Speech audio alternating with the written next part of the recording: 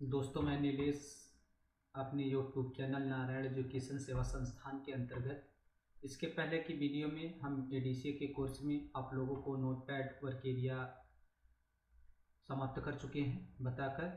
आज के इस वीडियो में हम नए वर्क एरिया के बारे में चर्चा करेंगे जिसका नाम वर्डपैड है। सबसे पहले वर्डपैड वर्क एरिया को स्टार्ट करने से पहले हम जान लेते हैं कि वर्डपैड क्या होता है या किसे कहते हैं। तो सबसे पहले यहाँ लिखेंगे फाट, जैसे मान लिया जाए यहाँ हम लिखते हैं, यहाँ फॉन्ट साइज भी थोड़ा चेंज कर लिया जाए, जैसे कि यहाँ हम आएंगे फॉन्ट साइज पर और फॉन्ट साइज यहाँ थोड़ा कर लिया जाए टाइम न्यू रोमन, ज़्यादा बेटर रहेगा। लिख लें व्हाट इज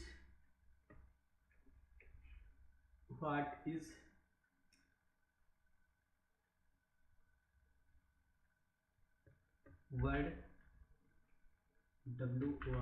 वर्डपैड। अगर आपसे कोई पूछे भाई वर्डपैड क्या होता है तो सबसे पहले आप बताएंगे WordPad is a text editing programme और सॉफ्टवेयर। तो आप बताइएगा जो वर्डपैड हमारा वर्क एरिया होता है वह एक टेक्स्ट एडिटिंग प्रोग्राम होता है और वह एक एप्लीकेशन सॉफ्टवेयर के नाम से जाना जाता है। नोटपैड वर्क एरिया भी आपका एक टेक्स्ट एडिटिंग प्रोग्राम होता है क्योंकि उसमें केवल टेक्स्ट को ही एडिट किया जा सकता है, यानी लिखा जा सकता है, समझा जा सकता है, पढ़ा जा सकता है। लेकिन वर्डपैड वर्क एरिया एक टेक्स्ट एडिटिंग प्रोग्राम के साथ साथ एक एप्लीकेशन सॉफ्टवेयर तो होता ही होता है। उसके बाद अगर आपसे कोई पूछे कि और क्या होता है तो यहाँ आप बताइएगा WordPad can include reach formatting unlike notepad. अगर आपसे कोई पूछे कि भाई वर्डपैड वर्क एरिया एक एप्लीकेशन के साथ साथ और क्या होता है, तो वर्डपैड वर्क एरिया एक एप्लीकेशन यानी एक टेक्स्ट एडिटिंग प्रोग्राम के साथ साथ इसमें किसी भी टेक्स्ट की हम फॉर्मेटिंग दे सकते हैं और नोटपैड वर्क एरिया से अधिक कार्य इसके अंतर्गत हम कर सकते हैं, जैसे कि किसी भी टेक्स्ट को लिखने के बाद उसे कलरफुल बनाना या उसको स्टाइलिश करना। तो इस ETC इत्यादि कार्य हम यहाँ आसानी से कर सकते हैं जो कि हमारे नोटपैड वर्क एरिया के अंतर्गत संभव नहीं है। दूसरा, इसके बाद अगर आपसे कोई पूछे कि वर्डपैड का एक्सटेंशन नेम क्या होता है तो आप बताइएगा, यहाँ से लिखिएगा WordPad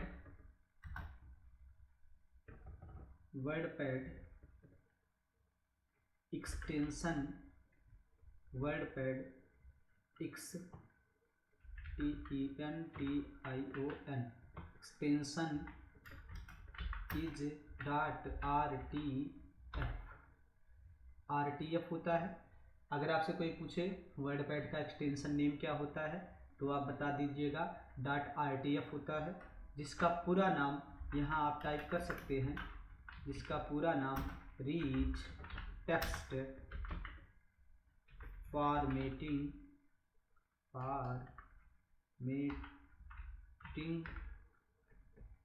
reach text formatting bracket on dot, जिसका पूरा नाम रीच टेक्स्ट फॉर्मेटिंग होता है।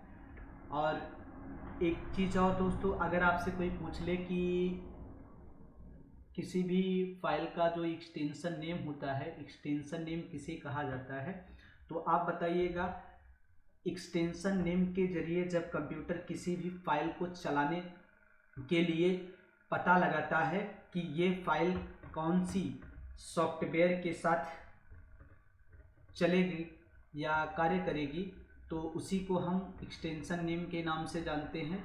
जैसे किसी भी फाइल को या इस सॉफ्टवेयर को खोजने के लिए जो एक्सटेंशन नाम दिया गया होता है वो एक तरीके से प्रोग्रामर नेम होता है, जिसके द्वारा उस प्रोग्रामर नेम के द्वारा कंप्यूटर आपका समझ जाता है कि हमें किस सॉफ्टवेयर के किस फाइल पर काम करना है या किस तरीके से कार्य करना है।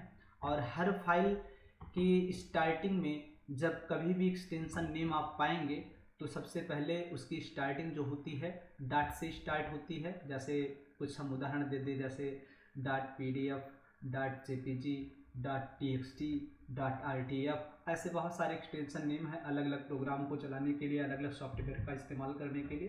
तो अगर आपसे कोई पूछे कि भाई एक्सटेंशन नेम क्या होता है तो आप बता दीजिएगा, जिसकी मदद से कंप्यूटर किसी भी फाइल को चलाने के लिए पता लगाता है कि ये फाइल कौन से सॉफ्टवेयर के साथ चलेगी, उसी को हम एक्सटेंशन नेम के नाम से जानते हैं। बाकी और कहीं कोई डाउट होगा तो बताइएगा। इसके आगे हम बात करेंगे, ये तो आपका हो गया मान लीजिए एक्सटेंशन नेम। अगर आपसे आगे कोई पूछे कि भाई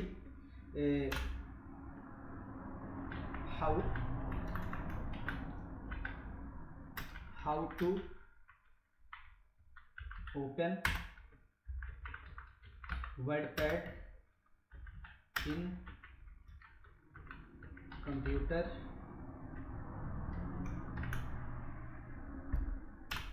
यानी अपने कंप्यूटर के अंतर्गत वर्डपैड को किस तरीके से हम ओपन करेंगे या उस पर किस तरीके से कार्य करेंगे, इसके लिए हम लिखते हैं। सबसे पहले अगर आपका विंडोज़ 7 है सिस्टम में, विंडोज़ 7 होने के साथ साथ हम वहाँ स्टार्टिंग करेंगे। सबसे पहले जाएंगे start, START, start button, BUTTON button. दूसरा स्टार्ट बटन पर जाने के बाद यहाँ आप जाएंगे ऑल प्रोग्राम टाइप कर लेंगे। ऑल प्रोग्राम पर जाने के बाद हमें जाना होता है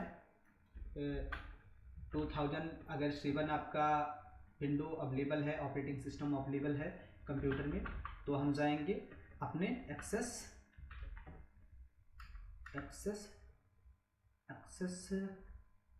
सीरीज फाइल पर। और जैसे ही एक्सेस सीरीज फाइल पर जाएंगे तो यहाँ बहुत सारी आपकी फाइलें जो होती हैं अवेलेबल होती हैं। उसके अंतर्गत हम ढूंढेंगे अपना वर्डपैड, और इस तरीके से वर्डपैड लिखा भी नहीं जाता है, कहीं भी अगर आपको लिखा हुआ वर्डपैड मिलेगा तो आपका इस तरीके से वर्डपैड लिखा हुआ मिलता है। और यहाँ ब्रैकेट में लिख लीजिएगा, ये होता है किसके लिए, विंडोज़ 7। ये दोस्तों आपका विंडोज़ 7 के लिए होता है। दूसरा, अगर मान लीजिए आपके कंप्यूटर में आज का लेटेस्ट वर्जन हो या लेटेस्ट संस्करण कहा जाता है, वर्जन मीन संस्करण आपका होता है, तो अगर आपके कंप्यूटर में मान लिया जाए विंडोज़ 10 या 11 हो तो यहाँ आप लिखेंगे विंडोज़ 10 अगर आपके सिस्टम में है। तो सबसे पहले हम किस तरीके से अपनी फाइल को ओपन करेंगे ये जान लेते हैं। विंडोज़ 10 होने के साथ साथ यहाँ हम काम करेंगे। सबसे पहले जाएंगे START स्टार्ट बटन पर जाने के बाद यहाँ आपका एक फाइल मिल जाएगा जिसका नाम होता है, आप कह सकते हैं वो फाइल जो होती है उसे हम रन कमांड, यानी रन कमांड का प्रयोग ना करिए, वो तो साइड की होता है, सर्च सर्च बॉक्स में जाएंगे, लिख देंगे बॉक्स के अंतर्गत आप टाइप करेंगे अपना वर्ड पैड। और जैसे ही दोस्तों हम वर्ड पैड टाइप करेंगे, इंटर करेंगे, इंटर करने के बाद आपका वर्ड पैड का वर्क एरिया आपकी स्क्रीन पर प्रदर्शित हो जाएगा। अगर मान लीजिए हम इस तरीके से अपने वर्क एरिया को ना ओपन करना चाहें, रन कमांड का प्रयोग करना चाहते हैं, तो रन कमांड के लिए आपका जो रन की साइड की होती है, अगर कहा जाए यहाँ आप लिख लीजिए साइड की के माध्यम से किसी भी वर्क एरिया को या वर्डपैड वर्क एरिया को ओपन करना, तो यहाँ आप लिखेंगे SHORT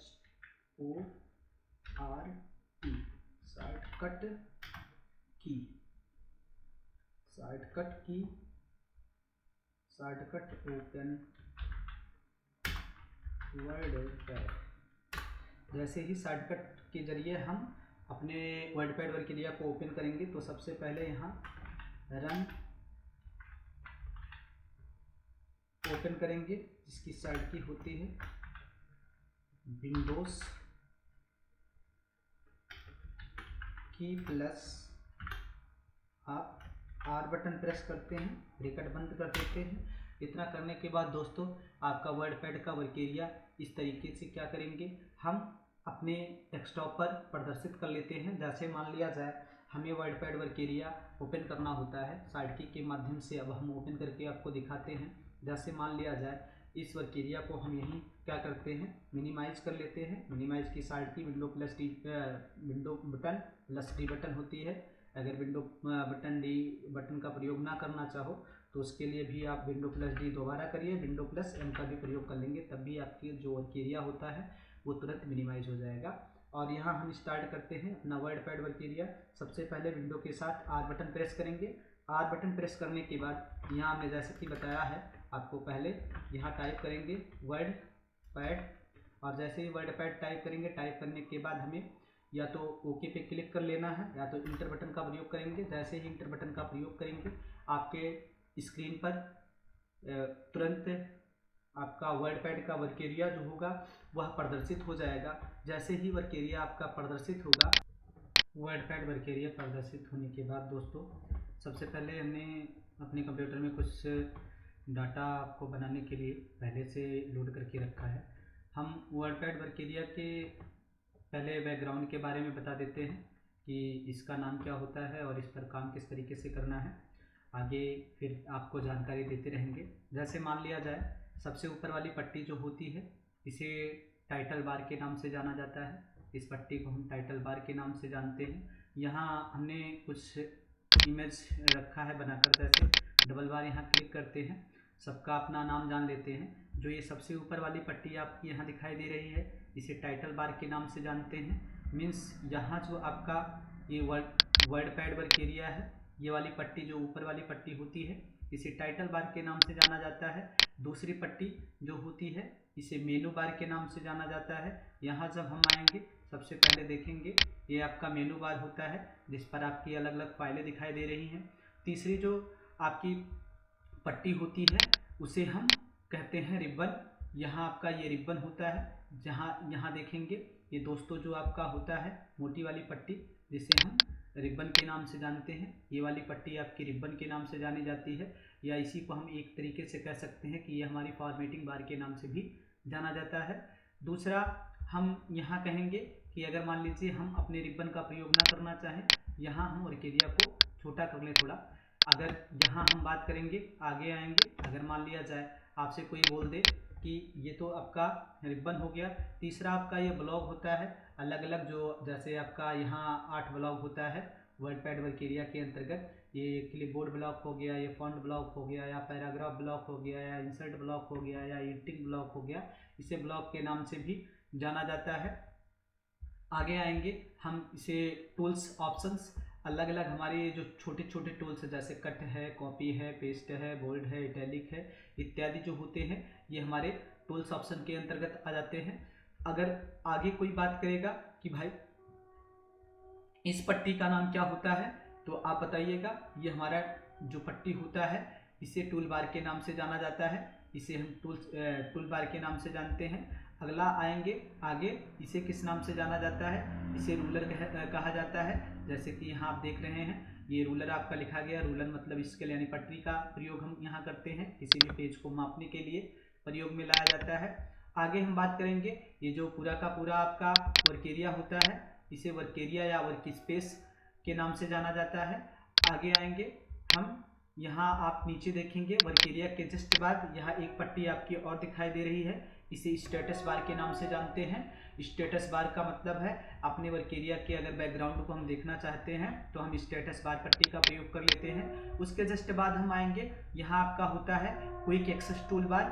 quick access toolbar का मतलब ये होता है कि जैसे मान लिया जाए किसी भी डाटा को हमें एक्सेस करना है तत्काल, उसी क्विक एक्सेस टूल बार, यानी इसी को हम साइट में टूल बार कहते हैं, या क्विक एक्सेस, यानी तत्काल में जब कोई कार्य करना होता है हमें अपने सिस्टम में या वर्डपैड वर्क एरिया में हम कहें तो उसके लिए हम टूल्स का प्रयोग कर लेते हैं या क्विक एक्सेस टूल बार का प्रयोग कर लेते हैं। तो अगर आपसे कोई पूछे कि भाई टोटल बारों की संख्या कितनी होती है, तो आप बताइएगा टोटल बारों की जो संख्या होती है वो 9 होती है। पहला टाइटल बार होता है, दूसरा मेनू बार होता है, तीसरा रिबन ऑप्शन होता है, चौथा ब्लॉक होता है, पांचवा टूल्स ऑप्शन होता है, छठवां रूलर बार होता है, सातवां वर्क एरिया आप जान ही रहे हैं, आठवां आपका स्टेटस बार होता है और नौवां आपका क्विक एक्सेस टूल बार के नाम से जाना जाता है इत्यादि। ये आपके बैकग्राउंड के नाम होते हैं जिसका हम प्रयोग अपने वर्क एरिया के अंतर्गत करते हैं। दूसरा दोस्तों एक चीज़ और, जैसे मान लिया जाए हम इसके अलावा राम, हमने वहाँ कुछ डाटा बनाकर नहीं रख पाए तो हम यहाँ आपको बता दे रहे हैं, Ram is the best man. मान लिया जाए ये डाटा हमने कॉपी किया कंट्रोल सी के माध्यम से और इसको पेस्ट करते हुए हम चले जाएंगे। पेस्ट करने के बाद ये बगल में अगर आपसे कोई पूछे ये क्या होता है तो इसे हम बताएंगे, इसे वर्टिकल बार के नाम से जाना जाता है, यानी ये वर्टिकल बार होता है। और इसी तरीके से जब हम किसी भी डाटा को क्या करते हैं यहाँ से जूम कर लेते हैं। जैसे जूम करने के लिए हम क्या करेंगे, यहाँ से कंट्रोल प्लस जूम कर लें डाटा को। मान लिया जाए यहाँ से हम आएंगे, डाटा को जूम करना है या यहाँ से जूम ना करिए तो यहाँ से आप क्या कर लीजिएगा, जूम छोड़ दीजिए, यहाँ से वर्ड बार ऐप का प्रयोग कर लें। अब अगर आप यहाँ हम टाइप करते हुए चलेंगे, टाइप करने के बाद या पेस्ट करते हुए हम चले जाएं डेटा को। पेस्ट करने के बाद अगर आपसे कोई पूछे कि भाई ये वाली जो आपका होता है इसे हम यहाँ आप देखेंगे कि जैसे यहाँ हमने कर लिया work to window, work to ruler और वर्क टू, तो यहाँ एक ही लाइन में हम टाइप करेंगे डाटा को। टाइप करने के बाद ऐसे ही चले जाएंगे एक चीज़ दिखाने के लिए। इसे बोला जाता है हॉरिजॉन्टल, इस पट्टी का नाम हॉरिजॉन्टल होता है और इस पट्टी का नाम वर्टिकल होता है। और इसके बीच में जो हम left right and top to bottom करते हैं इसे स्क्रॉल बार के नाम से जाना जाता है। तो यानी जो स्क्रॉल करते हैं लेफ्ट राइट टॉप बॉटम, तो ये आपका स्क्रॉल होता है, बाकी ये वर्टिकल होता है और ये आपका हॉरिजॉन्टल के नाम से जाना जाता है। तो ये तो आपके वर्डपैड वर्क एरिया के बैकग्राउंड के बारे में सारी इन्फॉर्मेशन है। उसके जस्ट बाद आगे हम आएंगे, एक एक फाइल के बारे में हम बताते हुए चलेंगे। जैसे मान लिया जाए सबसे पहले हम क्या करते हैं, वर्क एरिया के बारे में हमने इन्फॉर्मेशन दे दिया कि भाई किसका नाम क्या है, किस तरीके से हम आगे कार्य करेंगे इस पर। सबसे पहले हम यहाँ देखेंगे आपके 3 फाइल दिखाई देते हैं जो 3 मेनू के नाम से जाने जाते हैं। पहला फाइल मेनू, दूसरा होम मेनू, तीसरा व्यू मेनू।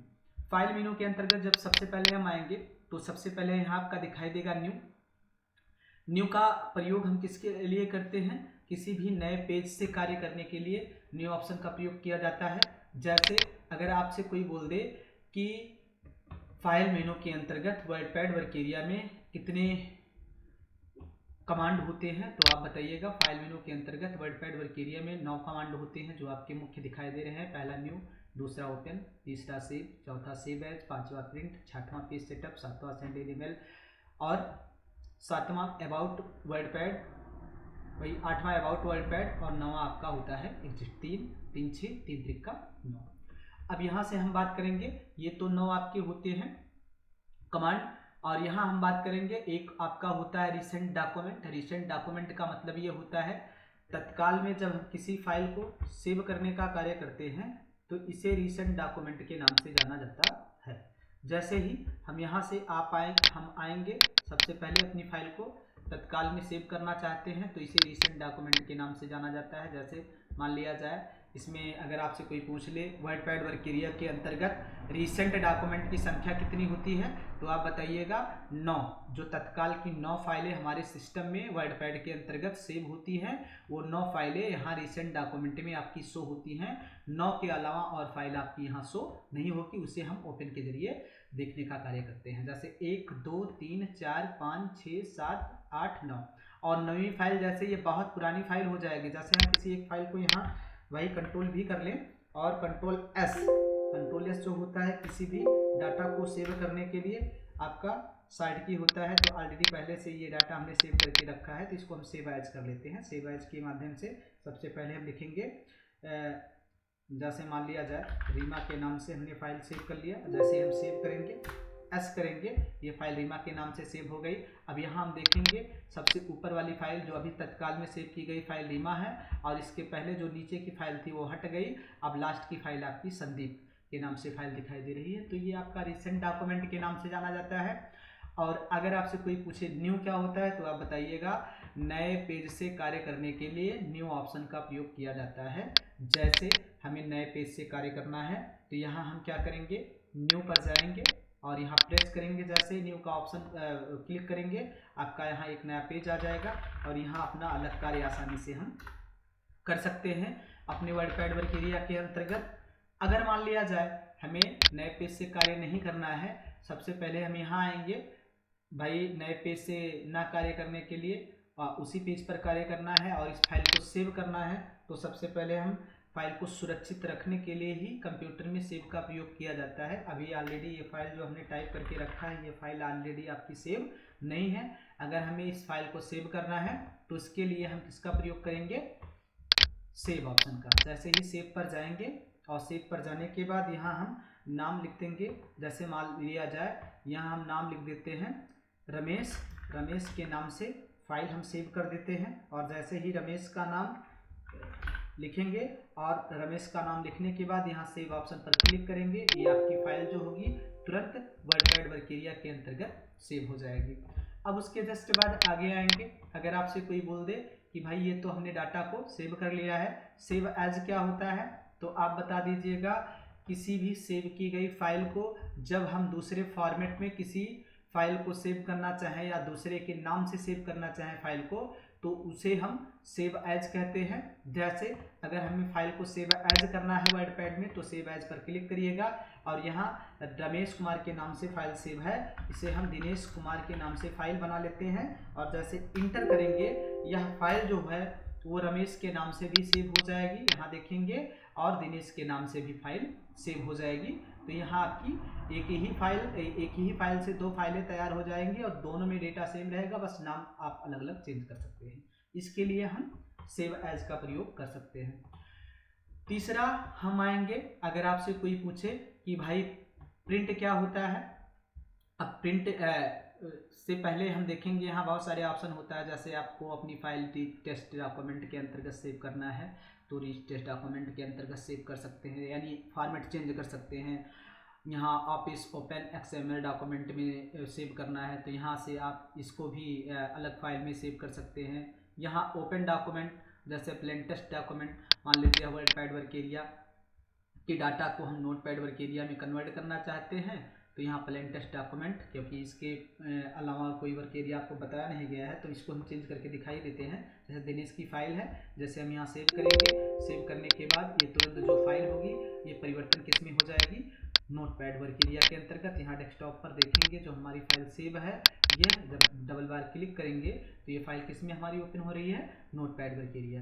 तो यानी किसी भी फॉर्मेट को अगर हमें दूसरे फॉर्मेट में बदलना होता है, तो उसके लिए भी हम सेव एज ऑप्शन का प्रयोग आसानी से कर लेते हैं। और यहाँ आपका आसानी से हम अलग अलग फॉर्मेट, आपके 5 फॉर्मेट दिए गए हैं, तो किसी भी फॉर्मेट में हम कन्वर्ट कर सकते हैं। अगर इन चारों फॉर्मेट में आपको नहीं कन्वर्ट करना है, अदर फॉर्मेट में कन्वर्ट करना है, तो उसके लिए अदर फॉर्मेट, जैसे मान लीजिए MS वर्ड में, एक्सेल में, पावर पॉइंट, एक्सेस इत्यादि फाइलों में आप यहाँ से बदलना चाहते हैं अपनी फाइल को, तो आसानी से आप बदल सकते हैं। उसके बाद आएंगे आगे प्रिंट ऑप्शन। प्रिंट ऑप्शन के अंतर्गत आपके 3 फाइलें दिखाई देती हैं। सबसे पहले आपका होता है प्रिंट।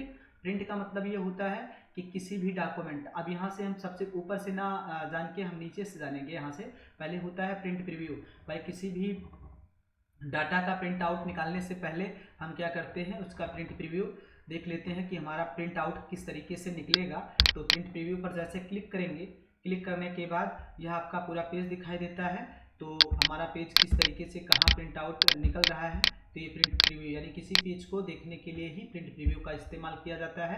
दूसरा आएंगे, अगर आपसे कोई पूछ ले प्रिंट प्रीव्यू के अलावा ये क्विक प्रिंट क्या होता है, यानी क्विक का मतलब होता है तत्काल में किसी भी डाटा का, किसी भी पेज का प्रिंट आउट हमें निकालना होता है तो हम उसके लिए क्विक प्रिंट का इस्तेमाल कर लेते हैं। ये तत्काल फाइलों को क्या करता है, ये प्रिंट आउट निकालने का कार्य करता है। उसके जस्ट बाद आगे आएंगे प्रिंट ऑप्शन। जैसे ही प्रिंट ऑप्शन पर हम क्लिक करेंगे, प्रिंट का एक डायलॉग बॉक्स आपके सामने ओपन हो जाएगा। इस डायलॉग बॉक्स को हम बीच में रखते हैं वर्क एरिया के, और सबसे पहले एक एक फाइल के बारे में हम यहाँ आपको बता दें कि भाई किसी भी डाटा का प्रिंट आउट निकालने से पहले हमें सबसे पहले प्रिंटर का नेम चूज करना होता है कि हमें किस कंपनी के प्रिंटर से प्रिंट आउट निकालना है, तो यहाँ हम नेम चूज कर लेंगे। और अगर हमें डाटा को फैक्स करना होता है तो यहाँ फैक्स का चुनाव कर लेते हैं। अगर हमें अपनी फाइल को पीडीएफ में बनाना है वर्डपैड के, तो यहाँ माइक्रोसॉफ्ट पेंट टू पीडीएफ का प्रयोग करेंगे, और जैसे ही इस पर क्लिक करेंगे और यहाँ से प्रिंट ऑप्शन पर क्लिक करेंगे तो ये डाटा प्रिंट आउट ना होकर ये सेव ऑप्शन मांगेगा।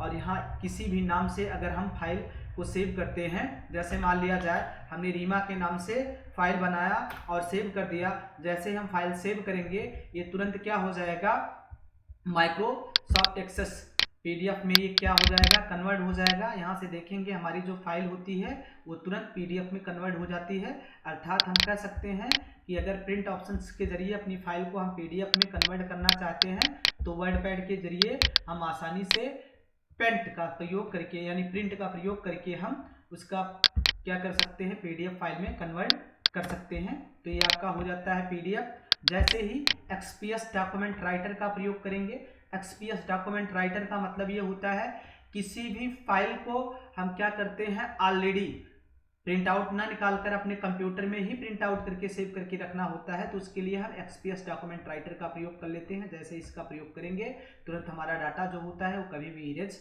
नहीं किया जा सकता, ना किसी दूसरे फॉर्मेट में चेंज किया जा सकता है, तो उसके लिए हम इसका इस्तेमाल कर लेते हैं। उसके जस्ट बाद आएंगे ऑल। यहाँ ऑल का मतलब होता है अगर वर्डपैड वर्क एरिया में हमने क्या किया है, डाटा को कई पेजों में बना के रखा है, जैसे मान लीजिए कंट्रोल ए करने के बाद यहाँ से कंट्रोल सी ऑप्शन यानी कॉपी कर लेते हैं, और कंट्रोल सी के बाद कंट्रोल भी करेंगे, पेस्ट कर लेते हैं। अब ये हमारा जो डाटा है वो कई पेजों में है, और कई पेजों के डेटा को अगर हम एक साथ प्रिंट आउट निकालना चाहें यहाँ से तो प्रिंट पर क्लिक करेंगे, और प्रिंट पर क्लिक करने के बाद यहाँ जाएंगे ऑल पर, पेज रेंज में जाएंगे। पेज रेंज में सबसे पहले ऑल ऑप्शन होता है, और ऑल ऑप्शन पर जैसे क्लिक करेंगे, क्लिक करने के बाद यहाँ से प्रिंट देंगे, तो अगर हमने 10 पेज मैटर टाइप किया है तो 10 पेज का मैटर वो जब तक प्रिंट आउट निकाल नहीं देगा तब तक हमारा प्रिंटर बंद नहीं होगा।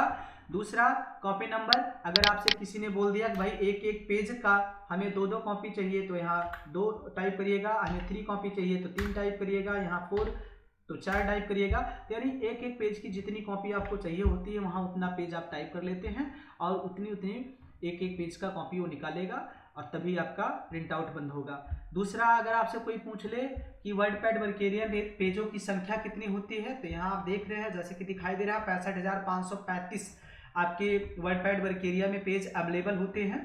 और यहाँ से पेज का प्रयोग हम किसके लिए करते हैं, तो आपसे अगर कोई पूछे पेज का प्रयोग किसके लिए करते हैं तो बता दीजिएगा। जैसे मान लिया जाए 10 पेज का मैटर हमने टाइप किया है, किसी ने बोल दिया भाई 2 से लेकर 5 तक के पेज का प्रिंट आउट निकालना है, बाकी किसी पेज का प्रिंट आउट नहीं निकालना है, तो उसके लिए हम इस तरीके से अपने बॉक्स में 2-5 टाइप करेंगे और यहाँ प्रिंट कर देंगे। 2 से 5 तक के पेज का प्रिंट आउट निकलेगा, बाकी किसी भी पेज का प्रिंट आउट नहीं निकलेगा। उसके अलावा आगे जाएंगे, मान लिया जाए प्रिंटर पे यहाँ हमने नाम क्लिक कर दिया, यहाँ परफॉर्मेंस पर जाएंगे। जैसे ही परफॉर्मेंस पर क्लिक करेंगे यहाँ आपका प्रिंटर का सेटिंग आ जाएगा आपका, और प्रिंटर का सेटिंग आने के बाद अलग अलग प्रिंटर का अपना अलग अलग सेटिंग होता है, ये भी ध्यान में रखना। तो यहाँ से अगर हमें पिक्चर को कलरफुल निकालना है तो कलर का प्रयोग करिएगा, अगर ब्लैक एंड व्हाइट निकालना है तो ग्रेनसेल का प्रयोग कर लीजिएगा। और यहाँ से आपको अभी हम पेज सेटअप में बताएंगे पोर्ट्रेट और लैंडस्केप क्या होता है, और यहाँ से जितनी कॉपी चाहिए एक एक पेज की वो कॉपी नंबर डाल दीजिएगा। उसके बाद यहाँ से आपका ये तो हो गया बेसिक इन्फॉर्मेशन, किस पेज में प्रिंट आउट निकालना है उस पेज का आप प्लेन टेक्स्ट डॉक्यूमेंट। यहाँ आपको जो डाटा है हाई निकालना है, मतलब एकदम HD निकालना है तो बेस्ट कर लीजिएगा, उससे थोड़ा नॉर्मल निकालना है तो हाई करिएगा, थोड़ा एकदम नॉर्मल निकालना है तो नॉर्मल कर लीजिएगा। और यहाँ से जिस पेज का हम चुनाव यानी जिस पेज पर हम प्रिंट आउट निकालना चाहते हैं तो उस पेज का हम यहाँ से क्या कर लेते हैं, चुनाव कर लेते हैं। तो ये तो कुछ प्रिंटर के सेटिंग है, बाकी आगे जब आपको हम प्रिंटर के बारे में जानकारी देंगे तो वहाँ हम बता देंगे कि इनका और कार्य क्या है, किस तरीके से इसका भी प्रयोग किया जाता है। तो ये तो रहा आपका प्रिंट। किसी भी डॉक्यूमेंट को हम अगर प्रिंट आउट निकालना चाहते हैं तो सबसे पहले इन सारी चीज़ों को हमें ध्यान में रखना होता है, तभी हम प्रिंट आउट निकाल सकते हैं, अन्यथा सही तरीके से हम प्रिंट आउट नहीं निकाल सकते। और किसी भी डाटा का प्रिंट आउट निकालने से पहले हमें क्या करना होता है, अपने पेज की सेटिंग करनी होती है।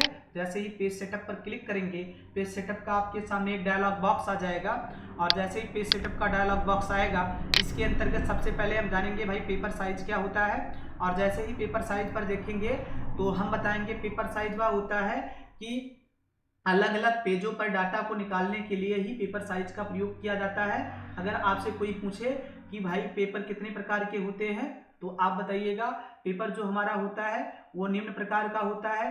सबसे पहले जैसे मान लिया जाए निम्न प्रकार का होता है, जैसे मान लिया जाए letter size paper, legal size paper, B4 size paper, custom size paper, tabulator size paper, envelope size paper, A4 size paper इत्यादि पेपरों का इस्तेमाल हम करते हैं अपने डाटा को अलग अलग तरीके से प्रिंट आउट निकालने के लिए।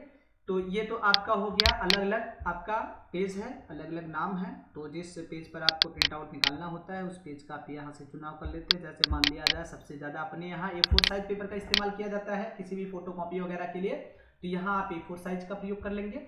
जैसे ही A4 साइज का प्रयोग करेंगे तो यहाँ आपका पेपर प्रीव्यू में A4 साइज वाला पेपर आ जाएगा। उसके जस्ट बाद यहाँ दिखेंगे कि जो अनहाईलाइट आपका सोर्स है, अगर आपसे कोई पूछ ले कि भाई यहाँ सोर्स ऑप्शन का प्रयोग किसके लिए किया जाता है तो आप बता दीजिएगा भाई पेपर के अलावा अगर प्रिंटर में मान लीजिए जैसे आपका होता है CD, DVD, PVC, ठीक है, कार्ड इत्यादि के डाटा को हम प्रिंट आउट करना चाहते हैं तो उसके लिए हम सोर्स ऑप्शन का प्रयोग कर लेते हैं, यानी नॉर्मल पेपर का यूज ना करके। जैसे मान लिया जाए हम CD या DVD या PVC कार्ड वगैरह प्रिंट आउट लेना चाहते हैं तो उसके लिए हम सोर्स का प्रयोग करते हैं। और ये जब हमारा जो बड़ा वाला प्रिंटर होता है लगा होता है तभी एक्टिव होता है, उसके पहले एक्टिव नहीं होता है। तो वहाँ आप बता दीजिएगा भाई सोर्स का इस्तेमाल हम उसके लिए कर लेते हैं। दूसरा आप बात करेंगे कि अगर भाई आपसे कोई पूछ ले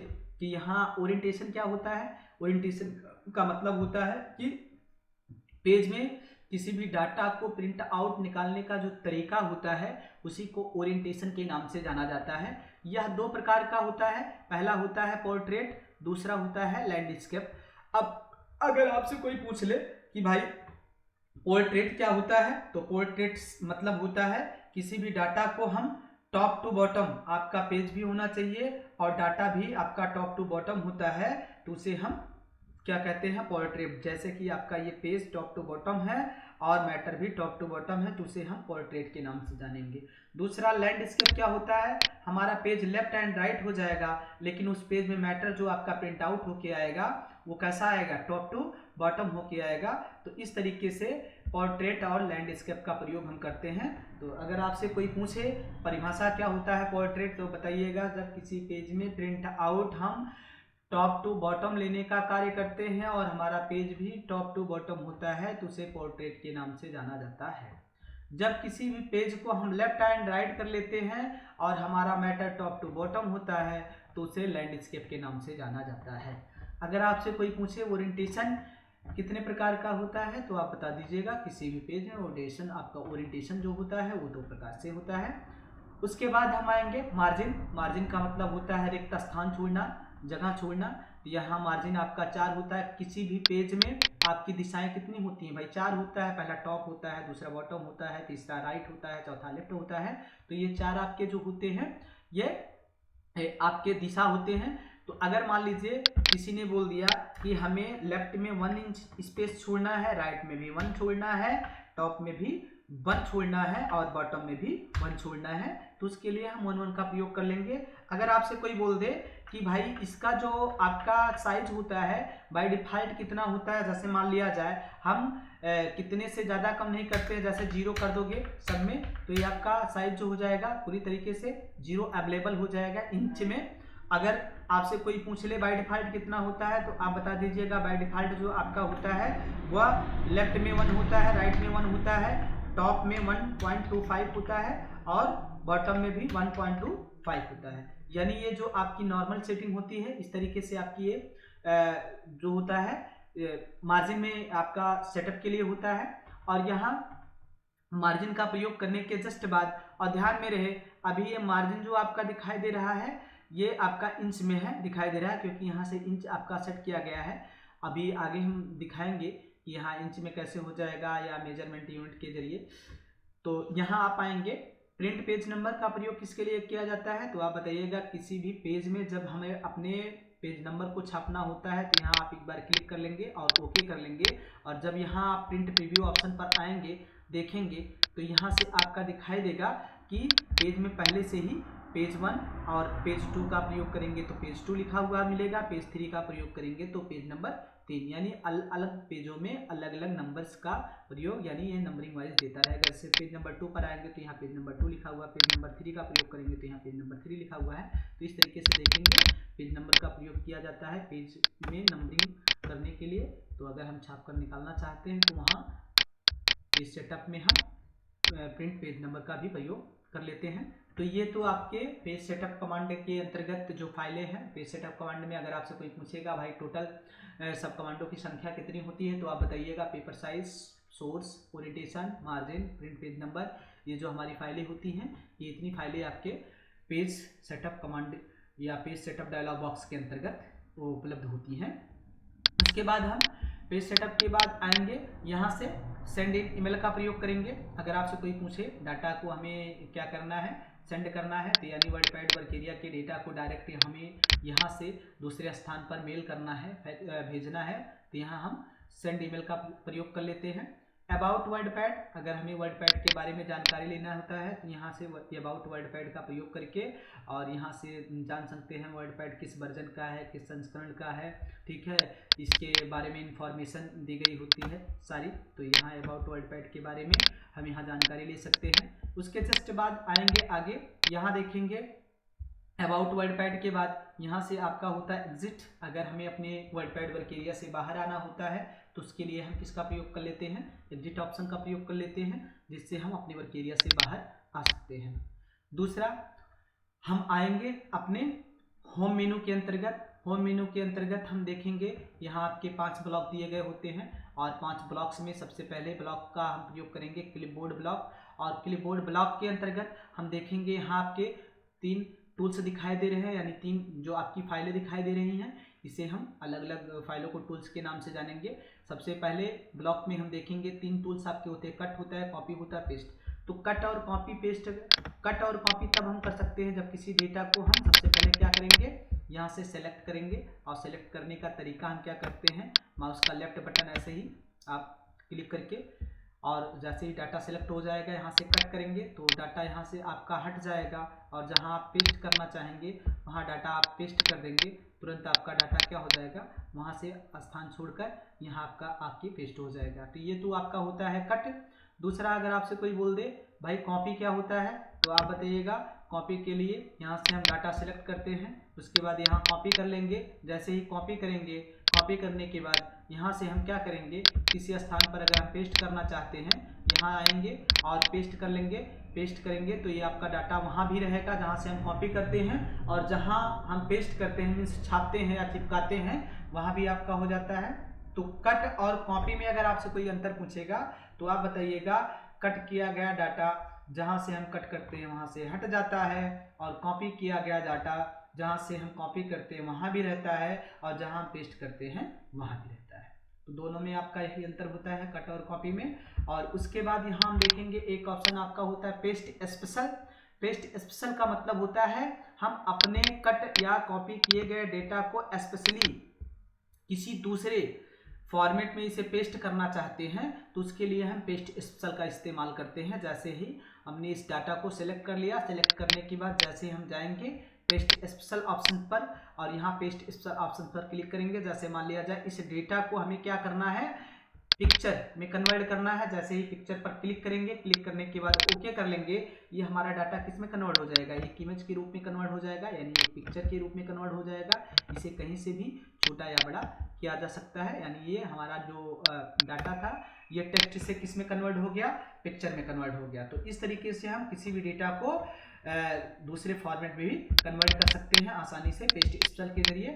अब यहाँ से हम आएंगे क्लिपबोर्ड ब्लॉक के बाद हम अपने दूसरे ब्लॉक में आएंगे, जिसके अंतर्गत आपके 12 टूल्स होते हैं। यहाँ आप देखेंगे भाई 3 ही टूल्स मिलेंगे, लेकिन यहाँ आपके 12 टूल्स होते हैं। पहला आपका होता है यहाँ से फॉन्ट फैमिली, यानी फॉन्ट फैमिली का काम क्या होता है, यहाँ से अगर किसी भी भाषा को हम चेंज करना चाहते हैं, जैसे मान लिया जाए यहाँ से हम इस डेटा को हटा दें, मान लिया जाए वर्क एरिया में लिखा गया डेटा जो हमारा है, यहाँ से थोड़ा जूम % बढ़ा लीजिए, यहाँ से मान लिया जाए वर्क एरिया में लिखा गया जो डेटा हमारा है, इस डेटा को हम क्या करेंगे, जब यहाँ से आएंगे, यहाँ से आने के बाद मान लिया जाए हम इस भाषा में चेंज करना चाहें, इस फॉन्ट में चेंज करना चाहें, या इस फॉन्ट में चेंज करना चाहें, या इस फॉन्ट में चेंज करना चाहें, तो उसके लिए हम किसका प्रयोग करते हैं, फॉन्ट का प्रयोग कर लेते हैं। तो अगर आपसे कोई पूछे भाई फॉन्ट का प्रयोग क्यों किया जाता है, तो सबसे पहले आप बता दीजिएगा फॉन्ट फैमिली का प्रयोग हम उसके लिए करते हैं जब हमें वर्क एरिया में किसी भी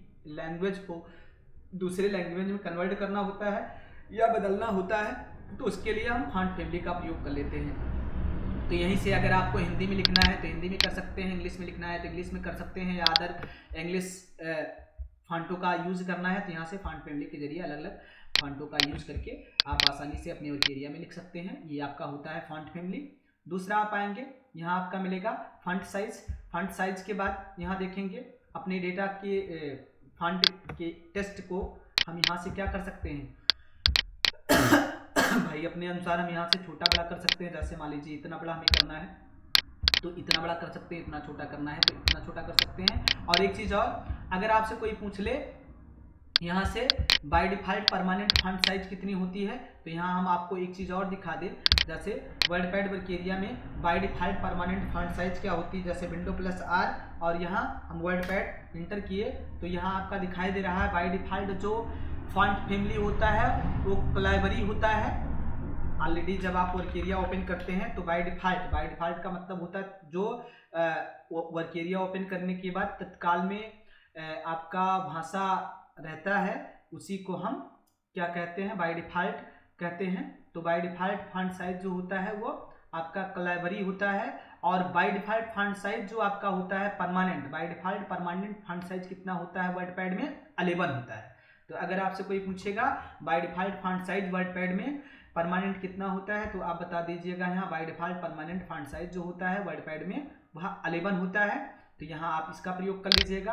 अगर आपसे कोई पूछ ले कि by default minimum font size कितना होता है, तो आप बता दीजिएगा 8 होता है, और बाय डिफ़ॉल्ट मैक्सिमम कितना होता है तो आप बता दीजिएगा यहाँ 72 होता है। अब यहाँ बाय डिफ़ॉल्ट 8 और बाय डिफ़ॉल्ट 72, अगर इसके अलावा कहीं क्वेश्चन इस तरीके से पूछ ले कि भाई मिनिमम कितना होता है, तो आप बता दीजिएगा 1 होता है, मिनिमम 1। जैसे यहाँ आप कर लेंगे 1, जैसे 1 टाइप करेंगे और यहाँ से 0 हटा लीजिए, इंटर करेंगे तो ये 1 के फ्रंट में हो जाएगा। यहाँ 0.1 करेंगे, इंटर करेंगे तब भी वो आपका 1 देगा। यानी मिनिमम जो फॉन्ट साइज है 1 से कभी कम नहीं की जा सकती, और मैक्सिमम आपका जो होता है, जैसे मान लिया जाए हम यहाँ 1700 लिख दे रहे हैं, लेकिन ये 1638.4 करके आएगा।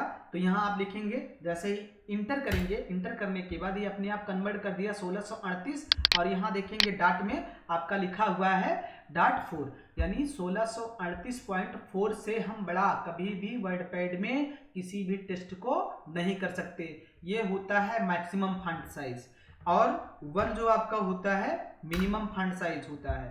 तो यहाँ से 1 करेंगे मिनिमम, और लेकिन अगर कोई बोल दे बाय डिफ़ॉल्ट मिनिमम तो आप बताइएगा 8, और बाय डिफ़ॉल्ट मैक्सिमम तो आप बताइएगा 72, और बाय डिफ़ॉल्ट परमानेंट साइज कितना होता है तो आप बता दीजिएगा 11 होता है। जो जैसे ही वर्क एरिया ओपन करते हैं जो फॉन्ट साइज आपकी अवेलेबल रहती है तो वो बाय डिफ़ॉल्ट के अंतर्गत रखा जाता है।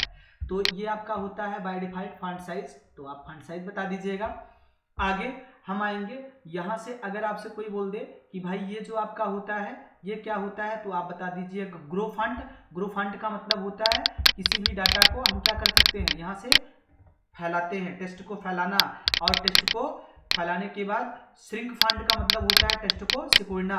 अब यहाँ सोच रहे होंगे कि भाई यहाँ से फॉन्ट फैला रहे हैं, यहाँ से फॉन्ट सिकुड़ रहे हैं, तो यहाँ फॉन्ट साइज आपका छोटा बड़ा हो रहा है, तो डायरेक्टली यहीं से कर लें। देखिए दोनों में अंतर क्या होता है, दोनों में अंतर आपको बता दें। जैसे मान लिया जाए हमने कुछ डाटा टाइप कर दिया यहाँ से, जैसे मान लिया जाए हम यहाँ डाटा टाइप कर लेते हैं आपका, जैसे मान लिया जाए आपका डाटा कौन सा टाइप किया जाए, मान लिया जाए हम यहाँ लिखते हैं एक हेडिंग दे देते हैं, व्हाट इज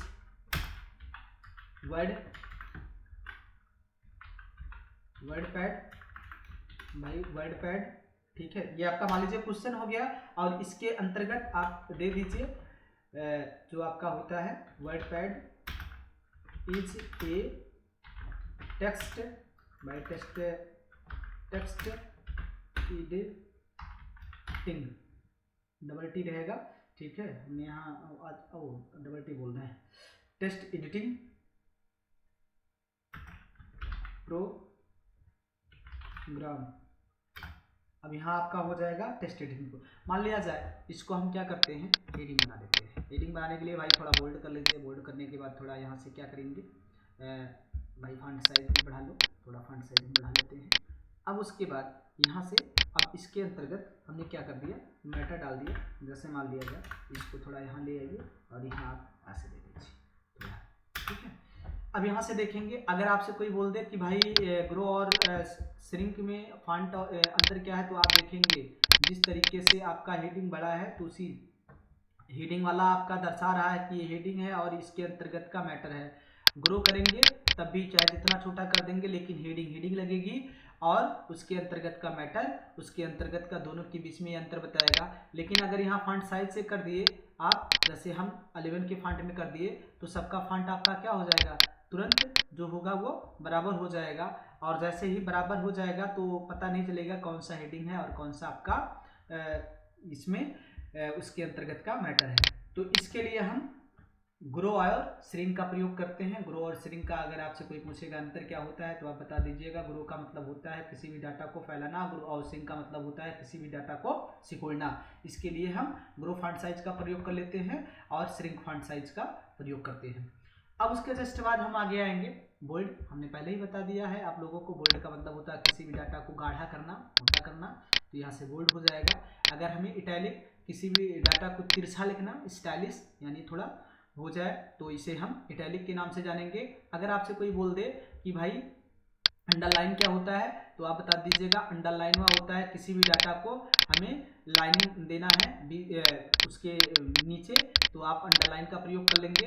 अगर आपसे कोई पूछ ले कि भाई यहाँ से हम किसका प्रयोग करेंगे, जैसे यहाँ दिखाई दे रहा है स्टिक थ्रो का प्रयोग होता है। जैसे मान लिया जाए हम लिखने के दौरान कोई जब गलती कर देते हैं तो उसे गलत दिखाने के लिए ही स्टिक थ्रो का प्रयोग कर लेते हैं। जैसे मान लिया जाए ये लिखा हुआ मैटर आपका कैसा लग रहा है, पूरी तरीके से दिखाई दे रहा है कि ये इतना डाटा आपने गलत लिखा है, बाकी का डाटा आपका सही है।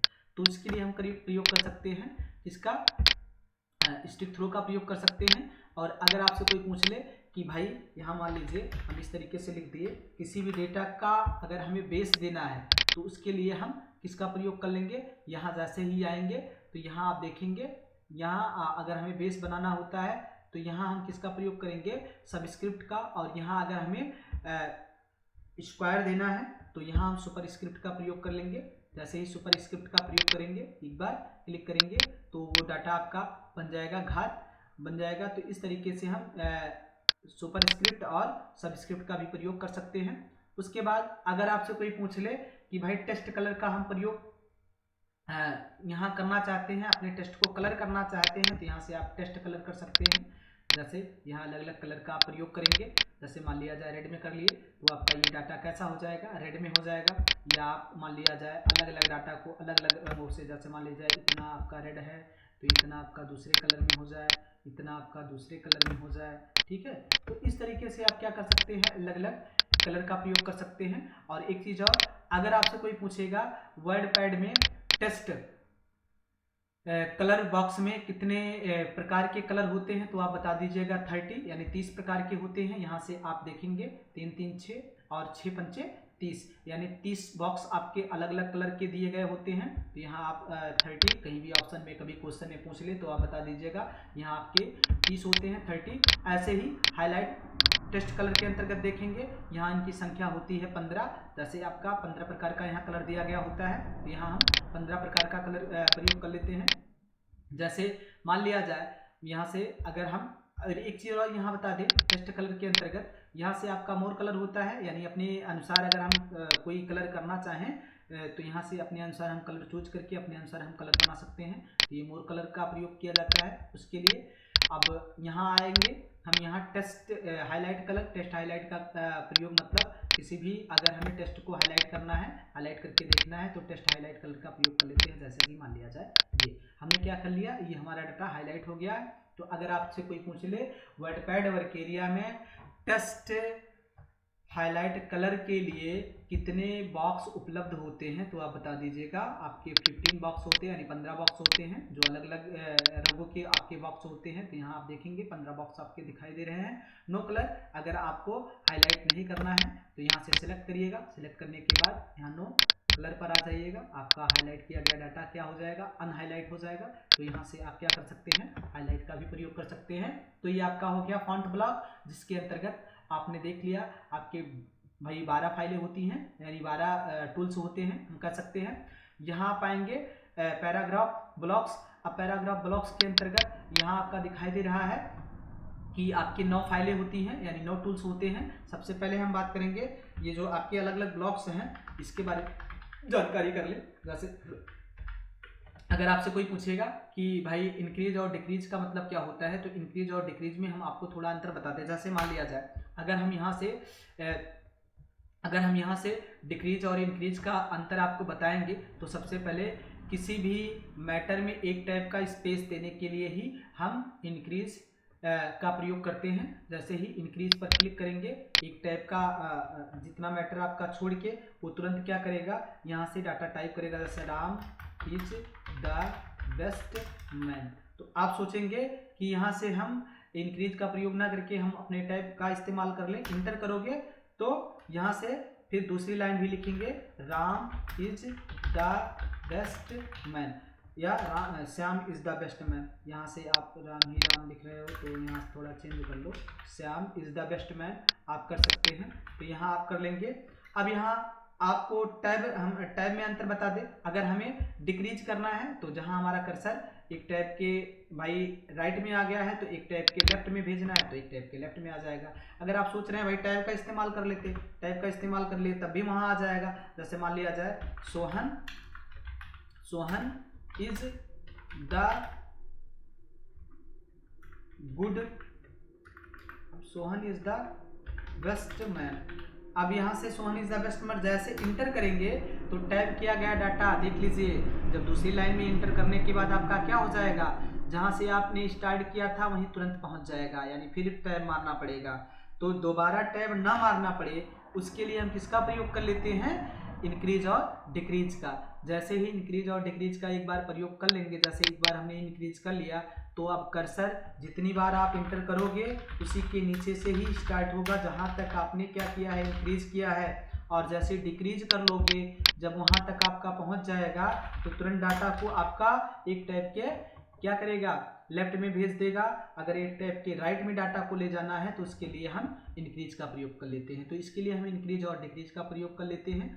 तो आपको ये भी समझ में आ गया होगा किस तरीके से हमें इंक्रीज और डिक्रीज का प्रयोग करना है। उसके जस्ट बाद अगर हमें मान लिया जाए जैसे अभी हम इंक्रीज और डिक्रीज का प्रयोग कर रहे थे, तो उसी तरीके से आपका बुलेट नंबर अगर लगाना है, जैसे मान लिया जाए यहाँ बुलेट नंबर लगाना चाहते हैं, यहाँ बुलेट नंबर अलग अलग आपके दिखाई दे रहे हैं। यहाँ जो होते हैं 7 प्रकार के, या एक तो होता है नन के लिए, बाकी 5 प्रकार का आपका अलग अलग बुलेट नंबर होता है। जैसे मान लिया जाए इंटर करेंगे, लाइन के बीच में इंटर करेंगे तो आपका ये बुलेट लगता हुआ चला जाएगा। तो इसके लिए हम बुलेट नंबरिंग का प्रयोग कर लेते हैं कि अलग अलग सिंबल को लगाना है या नंबर्स को लगाना है, या यहाँ रोमन संख्या को लगाना है, यहाँ अल्फ़ाबेट लगाना है, यहाँ अल्फ़ाबेट लोअर लगाना है, यहाँ भी आपका क्या करेंगे रोमन न्यूमेरिकल अपर लगाना है, और यहाँ लोअर के लिए आपका होता है तो यहाँ रोमन अपर कर लीजिएगा, लोअर कर लीजिएगा, यहाँ अल्फ़ाबेट अपर कर लीजिएगा, लोअर कर लीजिएगा, यहाँ नंबर्स का प्रयोग कर लेंगे, यहाँ आपका सिंबल का प्रयोग कर लिया जाएगा, यानी बुलेट्स का प्रयोग कर लिया जाएगा। अगर आपको नहीं लगाना है तो यहाँ आप क्या करेंगे, नन का प्रयोग करके आप बुलेट नंबरिंग का प्रयोग नहीं करेंगे। तो किसी भी हेडिंग के अंतर्गत जब हम नंबरिंग का कार्य करते हैं किसी भी डेटा को, तो उसके लिए हम किसका प्रयोग कर लेते हैं, बुलेट नंबरिंग का प्रयोग कर लेते हैं। तो ये आपका होता है बुलेट नंबर के लिए। अब उसके जस्ट बाद आगे आएंगे, अगर आपसे कोई पूछ ले कि भाई ये पैराग्राफ्स क्या होता है, यहाँ से हम बात करेंगे कि पैराग्राफ यहाँ दिखाई दे रहा है लाइन स्पेसिंग। अब यहाँ लाइन स्पेसिंग का मतलब ये होता है, जैसे मान लिया जाए हमने कुछ लाइन पहले से ही टाइप करके रखा है, जैसे एक आध दो लाइन और टाइप कर ले, यहाँ से पेस्ट कर लीजिए, चलिए ठीक है मान लीजिए यही भी हम पेस्ट कर लेते हैं, भाई कोई किसी तरीके का डाटा तो है नहीं। अब इस तरीके से अगर मान लीजिए हमने डाटा क्या किया, यहाँ से टाइप करके रख लिया है। अब टाइप करके रखने के जस्ट बाद हम आएंगे लाइनिंग स्पेस, अगर 1 कर लेंगे तो यहाँ 4 प्रकार की लाइनें दी गई होती हैं लाइनिंग स्पेसिंग के लिए। और 1 करेंगे तो 1 आपका लाइनिंग स्पेस छोड़ेगा। अगर 1.15 करना चाहते हैं 1.15 आपका हो जाएगा स्पेसिंग लाइनिंग, और 1.5 करना है तो 1.5 हो जाएगा। अगर सबसे ज़्यादा 2 करना है तो यहाँ आपका 2 हो जाएगा, 2 स्पेसिंग लाइन आपका चेंज हो जाएगा।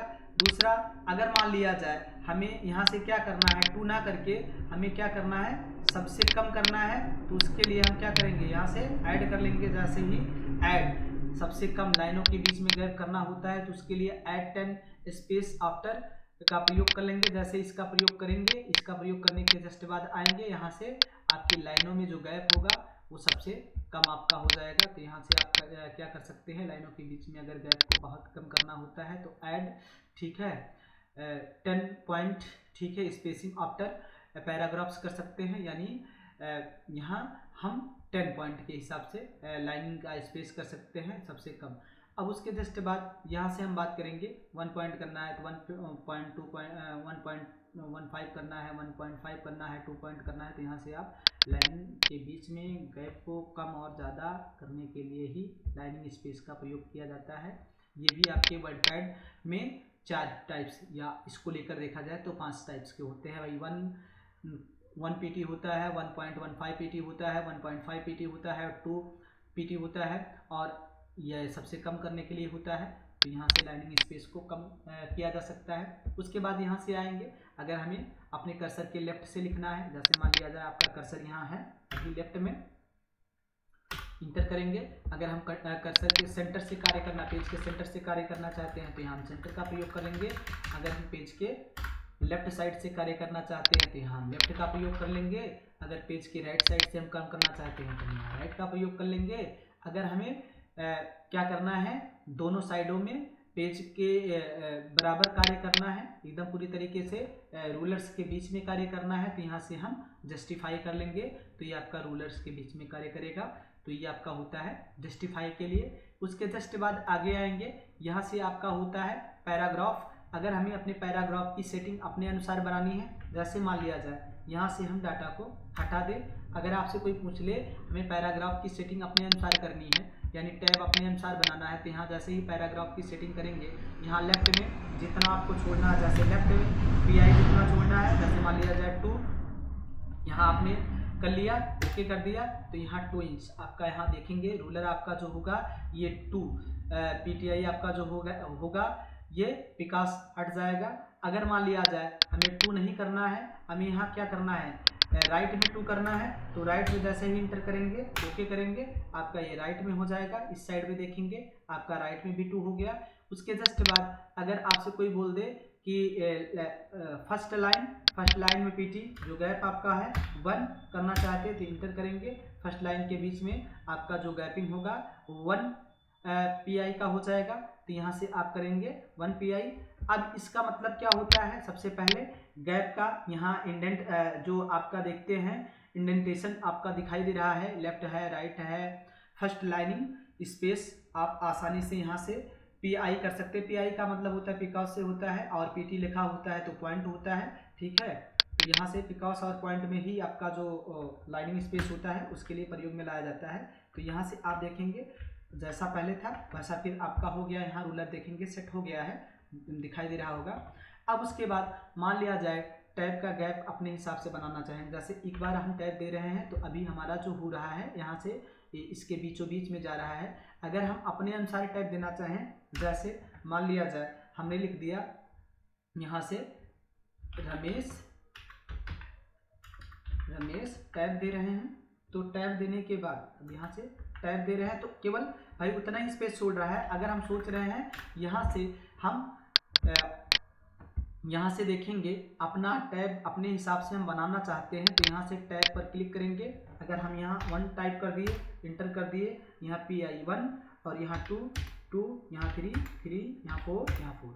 अब यहाँ ओके कर लेंगे। जैसे ही ओके करेंगे अब यहाँ 4 आपका हो गया। जैसे यहाँ से आप लिखेंगे रमेश और टैब मारेंगे तो 1 यानी पिक्स का आपका जो होगा स्पेस छोड़ेगा।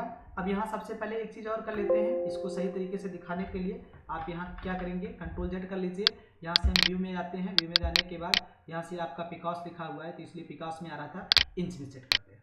तो अगर आपसे कोई पूछ ले इंच में सेट करने के जस्ट बाद यहाँ से हम आएंगे। सबसे पहले आप भाई आपका यहाँ टैब्स का मतलब क्या होता है, तो जैसे ही किसी भी टैब जब क्लिक करेंगे तो ये आपका 1 इंच के बराबर जगह छोड़ेगा। तो यहाँ आप लिखेंगे रमेश के बाद टैब मारेंगे तो इतना छोड़ रहा है, तो यहाँ रमेश आप लिखें और रमेश लिखने के बाद यहाँ से जैसे रमेश और यहाँ से आप टैब पर जाएंगे। अब यहाँ आपने टैब्स क्लिक कर लिया, अब यहाँ लिख दिया 1 मीटर 2 मीटर 3 मीटर 4 मीटर। अब ये इंच में ले रहा है, ओके करेंगे। जैसे ही टैब मारेंगे 1 इंच का स्पेस, यहाँ आपने लिख दिया दिनेश, फिर टैब यहाँ लिख दिया सुरेश, फिर टैब यहाँ लिख दिया महेश, फिर टैब यहाँ लिख दिया संदीप। तो यहाँ अलग अलग आप टैब बनाएंगे। फिर यहाँ से जैसे मान लिया जाए संदीप के बाद सरवन, यहाँ लिख देंगे मान लीजिए दुर्गेश, ठीक है। तो फिर एंटर करेंगे, फिर यहाँ लिखेंगे सोहन, यहाँ लिखेंगे मोहन, ठीक है। तो यहाँ हम देखेंगे कि अपने हिसाब से हमने क्या किया है, 1 इंच का आपका हमने टैब बना लिया है 4 और 4 ही टैब के अंतर्गत आपका कार्य हो रहा है। यहाँ टैब का आपका चिन्ह भी दिखाई दे रहा है 1 2 3 4, तो यहाँ 4। तो अगर हम क्या करेंगे अपने टैब को डिलीट करना चाहते हैं तो इस तरीके से Ctrl A करिएगा। Ctrl A करने के बाद यहाँ से आएंगे, अब यहाँ से आप क्लियर कर लेंगे। जैसे क्लियर ऑल करेंगे तो आपका ये सारा आपका डिलीट हो जाएगा टैब, जितना भी टैब रहेगा। और यहाँ से ओके कर लीजिएगा। जैसे ओके करेंगे आपका जो टैब से होगा वो खत्म हो जाएगा।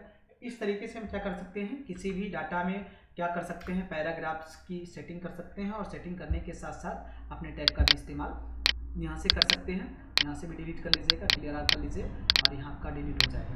तो ये आपका होता है किसी भी पैराग्राफ में हम टैब्स का इस्तेमाल कर लेते हैं, यानी टैब को बनाने का कार्य कर लेते हैं। तो यहाँ से आप अपना टैब भी बना लीजिएगा और किस तरीके से हमें अपना वर्क करना है आगे का तो वो भी आप कर सकते हैं। उसके जस्ट बाद आगे आएंगे, यहाँ पिक्चर का प्रयोग वर्क एरिया में किसी भी पिक्चर को सेट करने के लिए। जैसे मान लिया जाए स्क्रीन से हम किसी पिक्चर को लेते हैं, यहाँ से जैसे ही पिक्चर लेंगे, अब इसको भाई यहाँ से अगर हमें छोटा करना है छोटा कर लीजिए, बड़ा करना है तो यहाँ से बड़ा कर लेंगे। तो यहाँ से अगर इसकी विड्थ को हम क्या कर सकते हैं, कम करते हैं, ठीक है। और यहाँ से हाइट को छोटा लंबा जितना आप करना चाहें, हाइट बढ़ाना है घटाना है, विड्थ को जितना बड़ा छोटा करना है आप यहाँ से कर सकते हो।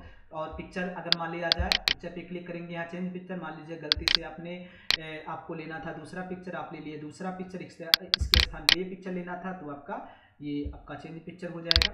तो चेंज पिक्चर के लिए अगर आपसे किसी ने बोल दिया भाई पिक्चर की साइज अपने अनुसार यहाँ से कर लीजिए, पिक्चर की साइज पर क्लिक करेंगे और जितनी पिक्चर की साइज आपको देनी होती है यहाँ से आप दे सकते हैं। जैसे लॉग एक्सपेक्ट, ठीक है, रेटियो का प्रयोग करते हैं। तो ऐसे लॉग एक्सपेक्ट रेटियो का मतलब है हॉरिजॉन्टल जितना देना है तो अपने अनुसार दीजिएगा। और डायरेक्टली अगर यहाँ गुड का चिन्ह लगा हुआ है तो यहाँ आप लिखेंगे 50 तो दोनों में 50 हो जाएगा। अगर यहाँ आप लॉग का चिन्ह हटा देंगे तो हॉरिजॉन्टल अगर आपको मानना है 70, हॉरिजॉन्टल करना है 60, तो ओके करेंगे तो आपका लंबाई चौड़ाई हॉरिजॉन्टल जितना करना है कर लीजिएगा, वर्टिकल जितना करना है कर लीजिएगा। दोनों को साथ में करना होगा तो दोस्तों एक बार फिर से देख लीजिएगा। जब यहाँ आप क्या करेंगे गुड का चिन्ह हटा देंगे तो ये अपने अनुसार कर सकते हैं, गुड का चिन्ह लगा देंगे। तो अगर आपने यहाँ टाइप कर लिया 45 तो दोनों में आपका क्या हो जाएगा, उसी के हिसाब से डाटा सेट हो जाएगा। ओके कर लेंगे। तो ये आपका सेटिंग करने के लिए होता है किसी भी पिक्चर को लगाना। और पेंट ड्रॉ का मतलब ये होता है जैसे हम पेंट ड्रॉ का प्रयोग करेंगे, जैसे इस पर क्लिक करेंगे आपका यहाँ पेंट में कोई भी डाटा बनाकर वर्ड पैड में लाना ही पेंट ड्रॉइंग का काम होता है। आगे अभी वर्किरिया के बारे में जानकारी देंगे हम पेंट ड्रॉ का, ये भी आपको नहीं बताया गया है। तो यहाँ से आप देखेंगे, मान लिया जाए यहाँ से हम क्या कर सकते हैं, ब्रश उठा लेते हैं और इसको कलर कर लेते हैं, यानी किसी भी डिजाइन को बनाकर पेंट के जरिए वर्ड पैड में लाना ही क्या कहलाता है, पेंट ड्रॉ कहलाता है। इसको छोटा कर लीजिए ड्राइंग को यहाँ से, तो यहाँ से आप छोटा करेंगे तो ये आपका चित्र जो होगा पेंट में बनाया गया डाटा वो आपके वर्ड पैड में शो हो जाएगा। तो इसके लिए हम पेंट ड्राइंग का प्रयोग करते हैं। उसके जस्ट बाद आगे आएंगे, आगे यहाँ देखेंगे आपका दिखाई दे रहा है date and time. Date and time का प्रयोग किसके लिए किया जाता है, तो अगर आपसे कोई पूछेगा डेट एंड टाइम का प्रयोग किसके लिए किया जाता है तो आप बताइएगा भाई करंट डेट को डालने के लिए या टाइम को डालने के लिए ही डेट एंड टाइम का प्रयोग किया जाता है। और यहाँ से आज का डेट जितना आपके कंप्यूटर में दिखाई दे रहा है हो रहा है, यहाँ से आप डेट एंड टाइम का भी प्रयोग कर सकते हैं।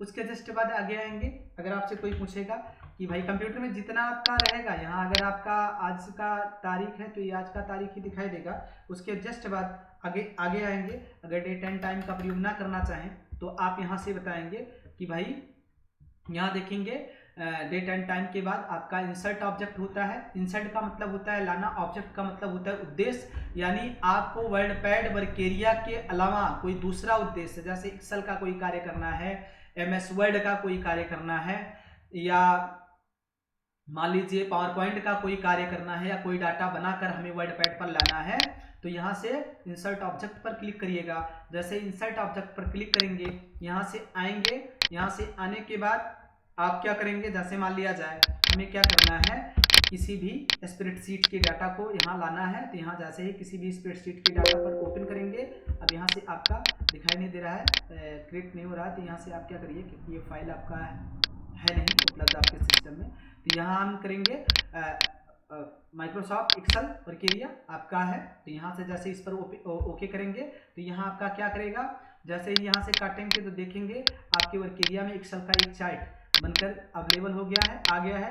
तो यहाँ से इस पर जो भी कार्य करना चाहेंगे हम कर सकते हैं। जैसे यहाँ डबल बार आप क्लिक कर लीजिएगा, यहाँ से आएंगे, डबल बार क्लिक करने के बाद यहाँ हमने टाइप कर दिया रमेश, यहाँ हमने टाइप कर दिया दिनेश, भाई दिनेश, यहाँ हमने टाइप कर दिया महेश, यहाँ हमने टाइप कर दिया सुरेश, तो यहाँ से आप क्या करेंगे सुरेश, यहाँ हमने टाइप कर दिया श्रवण, और यहाँ हमने टाइप कर दिया संगीता। ठीक है, तो इस तरीके से जब यहाँ से वर्केरिया आप काटेंगे एक्सेल वाला, तो यहाँ देखेंगे जितना डाटा आपने वहाँ टाइप किया था, यहाँ आपका एक्सेल का डाटा बन के आ गया है, एक शीट बन के आ गई है। तो इसके लिए ही इंसर्ट ऑब्जेक्ट का प्रयोग किया जाता है। तो अगर आपसे कोई पूछेगा इंसर्ट ऑब्जेक्ट का प्रयोग किसके लिए किया जाता है, तो बता दीजिएगा वर्ड पैड में कार्य करने के दौरान जब किसी अदर वर्केरिया से या किसी अदर एप्लीकेशन से हमें डाटा बनाकर वर्ड पैड पे लाना होता है, तो उसके लिए इंसर्ट ऑब्जेक्ट का प्रयोग किया जाता है। इंसर्ट ब्लॉग में आपके 4 टूल्स होते हैं, पहला पिक्चर, दूसरा पेंट ड्राइंग, तीसरा डेट एंड टाइम और चौथा इंसर्ट। तो दोस्तों आप ये भी समझ गए होंगे। और यहाँ से आएंगे, हम बात करेंगे, अभी तो हम आप लोगों को सबसे पहले ये बता दें कि हम साइड की का यूज नहीं कर रहे हैं। आगे की नेक्स्ट वीडियो में हम आपका केवल साइड की के माध्यम से जितना भी कार्य करेंगे वर्ड पैड में साइड की के माध्यम से कार्य करते हुए बताएंगे। अभी बिना साइड की के हम प्रयोग में आपको बता रहे हैं कि किस तरीके से हम बिना साइड की के डाटा का प्रयोग हम माउस के जरिए कर सकते हैं। तो उसको पहले जान लो, फिर साइड की वाला वीडियो हम अवेलेबल करवा देंगे आप लोगों को, तो वहाँ आप देख लीजिएगा। यहाँ फाइंड का प्रयोग करेंगे। फाइंड का मतलब होता है भाई डाटा को खोजना। जैसे मान लिया जाए यहाँ से हम इस डाटा को डिलीट कर लें और कुछ डाटा हम यहाँ से टाइप करके पहले से रख लिए हैं। अब यहाँ से डाटा ये टाइप करके ना रखिए। जैसे मान लिया जाए हम कोई डाटा एक अच्छा से लिखते हैं थोड़ी देर के लिए। जैसे मान लिया जाए हमने लिख दिया यहाँ से क्या लिख दिया जाए, कोई डाटा मिल जाए, मान लिया जाए लिख देते हैं, क्या लिखते हैं, जैसे नारायण, यहाँ से नारायण EDUCATION एजुकेशन सेवा संस्थान भाई कटेगरी अम्बेडकर नगर, ठीक है। और एड्रेस एड्रेस लिखने कटहरी बाजार अम्बेडकर नगर, पिन कोड 224051, ठीक है। यहाँ से तो यहाँ आप ये लिख सकते हैं कि भाई सेंटर का हमने नाम डाल दिया। यहाँ से क्या करते हैं, कॉपी कर लेते हैं। कॉपी करने के बाद यहाँ से इसको हम पेस्ट करते हुए चले जाते हैं, ठीक है भाई। कॉपी करने का तरीका, यहाँ से आप क्या करिएगा, राइट बटन क्लिक करिएगा। राइट बटन क्लिक करने के बाद यहाँ से कॉपी कर लीजिएगा, ये आपका कॉपी हो जाएगा। कॉपी करने के बाद हमने पेस्ट कर लिया। अब उसके बाद पेस्ट करने के जस्ट बाद हम आगे आएंगे। यहाँ से देखेंगे फाइंड का मतलब होता है ढूंढना, खोजना। क्या खोजना है, क्या ढूंढना है। जैसे मान लिया जाए किसी भी टेस्ट को हमें खोजना है तो उस टेस्ट को यहाँ हम टाइप करेंगे। जैसे आप टाइप करेंगे, और एक चीज़ और कर लेते हैं, कुछ डाटा जो है हमने लिख कर रखा है, कुछ डाटा हम छोटे लेटर में भी लिख लेते हैं। जैसे मान लिया जाए बीच में डाल देते हैं, यहाँ से एक डाटा और आपका बीच में लिख दिया जाए। जैसे हार्ट इज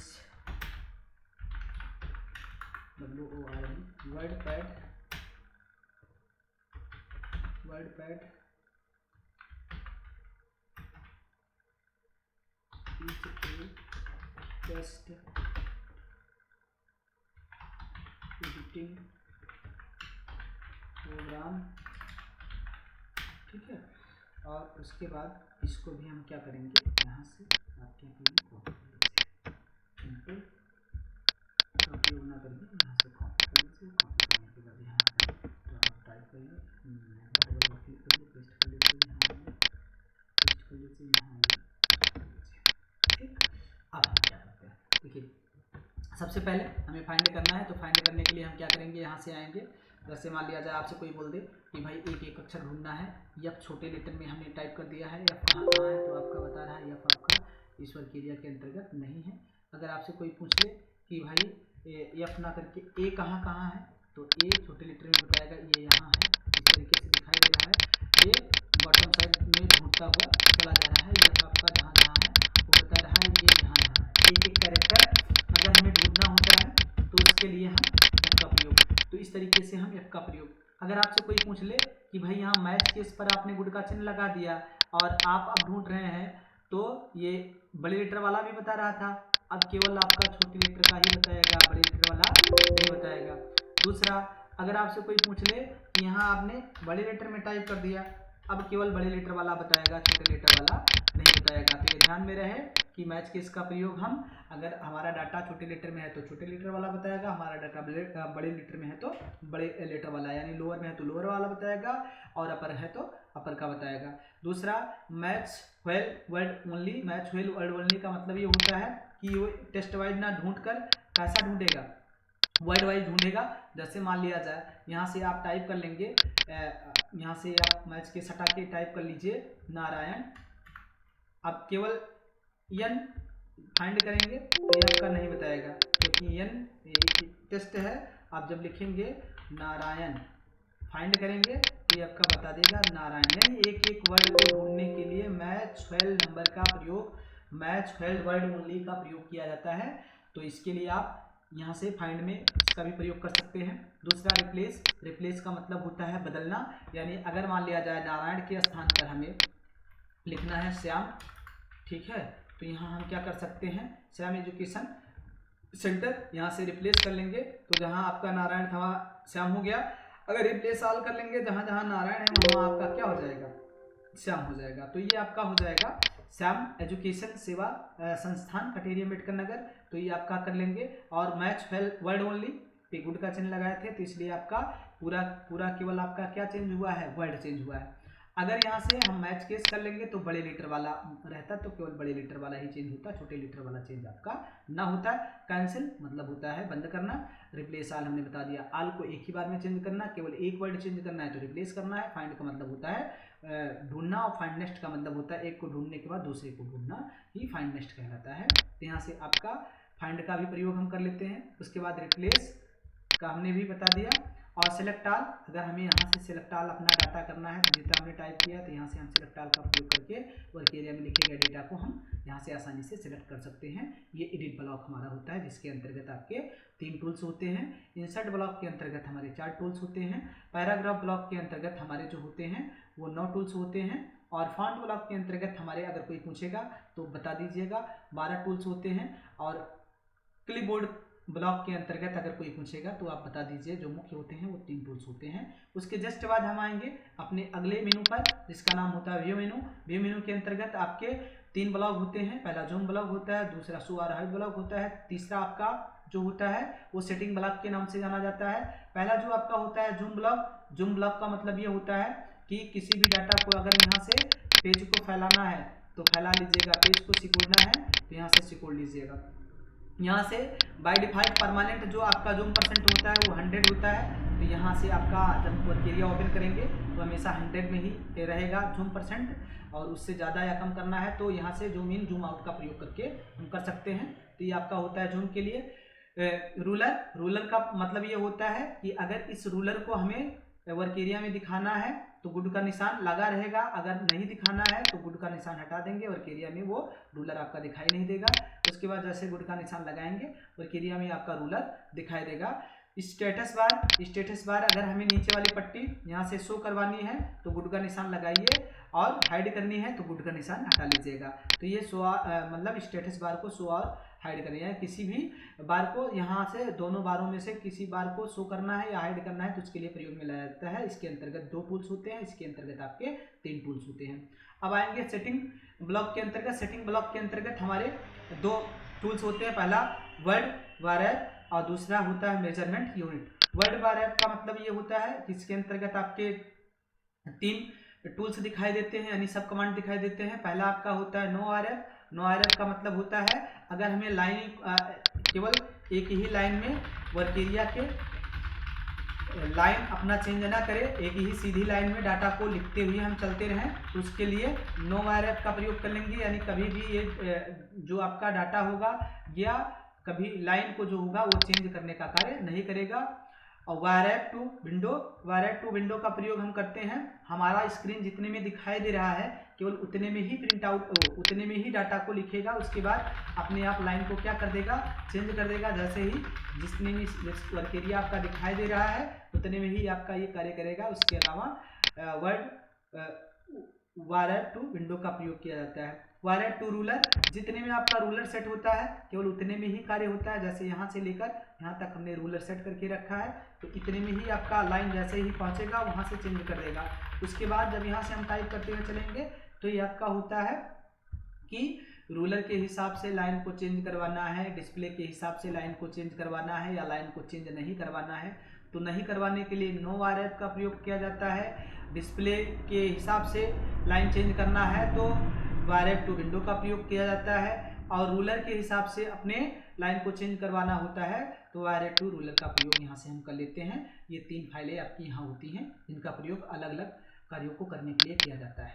उसके बाद यहाँ से हम आएंगे मेजरमेंट यूनिट। मेजरमेंट यूनिट के अंतर्गत यहाँ आपके 4 जो होते हैं टूल्स दिखाई देते हैं, यानी 4 सब कमांड आपके होते हैं। पहला होता है इंच, दूसरा होता है सेंटीमीटर, तीसरा आपका होता है यहाँ से देखेंगे पॉइंट, और चौथा जो आपका होता है वो होता है आपका पिक्स। तो यहाँ से आपका पिकास होता है। तो यहाँ से अगर आपसे कोई पूछ ले कि भाई इंच क्या होता है, पॉइंट आपका क्या होता है, पिकास क्या होता है, तो उसके लिए हम क्या करेंगे, सबसे पहले यहाँ से आएंगे और आपको हम बताते चले कि अगर आपसे कोई पूछेगा पिकास तो आप बताइएगा पिकास का मतलब ये होता है कि जैसे अगर आपसे कोई पूछे पिकास क्या होता है, पॉइंट क्या होता है, इंच क्या होता है, सेंटीमीटर क्या होता है, तो सबसे पहले हम देखेंगे मेजरमेंट यूनिट के अंतर्गत सबसे बड़ा आपका इंच होता है, दूसरा उससे जो छोटा होता है सेंटीमीटर होता है, और तीसरा उससे जो बड़ा होता है वो आपका होता है भाई सेंटीमीटर से छोटा पिकास होता है, और सबसे छोटा जो होता है आपका पॉइंट होता है। अब पॉइंट क्या होता है, जैसे मान लिया जाए इंच हम लगा दिए, इंच लगाने के बाद अगर आपसे कोई पूछ ले 1 इंच में कितने पिकास होते हैं तो आप बता दीजिएगा 1 इंच में आपके 6 पिकास होते हैं। 6 पिकास का मतलब जैसे कोई पटरी होती है जो सबसे छोटी लाइन से थोड़ी बड़ी लाइन होती है उसे पिकास के नाम से जाना जाता है। तो यानी 1 इंच में 6 पिकास होते हैं। और अगर आपसे कोई पूछ ले कि भाई 1 इंच में कितने पॉइंट होते हैं, तो आप बता दीजिएगा छोटी छोटी पॉइंटें होती हैं, बहुत छोटी छोटी बारीक बारीक लाइन जो पटरी में आप देखते हैं होती है, उसी को हम कहते हैं कि 1 इंच में आपके 72 पिकास होते हैं, यानी 72 पिकास होते हैं। और अगर आपसे कोई पूछ ले कि 1 इंच में कितने सेंटीमीटर होते हैं, तो आप बता दीजिएगा 2.54 के बराबर होता है आपका 1 इंच में आपका जो सेंटीमीटर होता है। तो इस तरीके से हम जान सकते हैं कि भाई अगर आपसे कोई पूछेगा कि भाई 1 इंच, तो आप बता दीजिएगा ये इंच वाइज है, यहाँ से लेकर यहाँ तक की दूरी 1 इंच, यहाँ से लेकर यहाँ तक inch 2 inch, 3 inch, 4 inch, 5 inch, ठीक है। इस तरीके से इंच वाइज, तो सबसे बड़ा इंच, फिर सेंटीमीटर, फिर पिकास और फिर पॉइंट। सबसे छोटा जो होता है आपका पॉइंट होता है। तो दोस्तों ये भी याद रखना कि 1 इंच में 2.54 आपके सेंटीमीटर होते हैं, 1 इंच में 6 पिकास होते हैं और 1 इंच में आपके 72 पॉइंट्स होते हैं, जिसे पीटी के नाम से जाना जाता है। आपके जब वर्क एरिया में हम रूलर की सेटिंग करते हैं और जब कहीं भी पीटी लिखा हुआ साइड में आ जाए तो समझ लीजिएगा पॉइंट, कहीं भी पीआई लिखा हुआ आ जाए तो समझ लीजिएगा पिकास, कहीं भी आईएन आ जाए तो समझ लीजिएगा इंच, और कहीं भी आपका भाई यहाँ से आप देखेंगे सेंटीमीटर, तो आप समझ लीजिएगा सेंटीमीटर का जो आप वो होता है आपका, वो सेंटीमीटर के लिए सी का प्रयोग किया जाता है प्रेजेंटेशन के लिए। तो यहाँ से हम बात करेंगे कि आपका होता है मेजरमेंट यूनिट, अर्थात ये वर्क एरिया जो होता है इस तरीके से हम देखेंगे। दोस्तों आज के इस वीडियो में केवल इतना ही वर्डपैड के अंतर्गत, बाकी अगली वीडियो में हम वर्डपैड के अंतर्गत आपकी सारी जानकारी देने के बाद फिर हम चलेंगे MS वर्ड वर्क एरिया, यानी माइक्रोसॉफ्ट ऑफिस वर्क एरिया में MS वर्ड पढ़ेंगे। तो अभी वर्डपैड में बहुत सारी चीज़ें आपको बतानी है। तो आज के लिए बस इतना ही, आगे के नेक्स्ट वीडियो में हम सारी इन्फॉर्मेशन देंगे। बाकी आप लोगों को इसमें जो बताई गई जानकारी हमारे अनुसार है, अगर आप लोगों को कोई त्रुटि लगे या गलती लगे तो कमेंट में बताइएगा, और अच्छा लगे वीडियो को लाइक करिएगा, शेयर करिएगा, सब्सक्राइब करिएगा, और ना अच्छा लगे तो डिसलाइक भी कर सकते हैं, कोई दिक्कत नहीं है। तो आज के लिए बस इतना ही, धन्यवाद, नमस्कार, जय हिंद।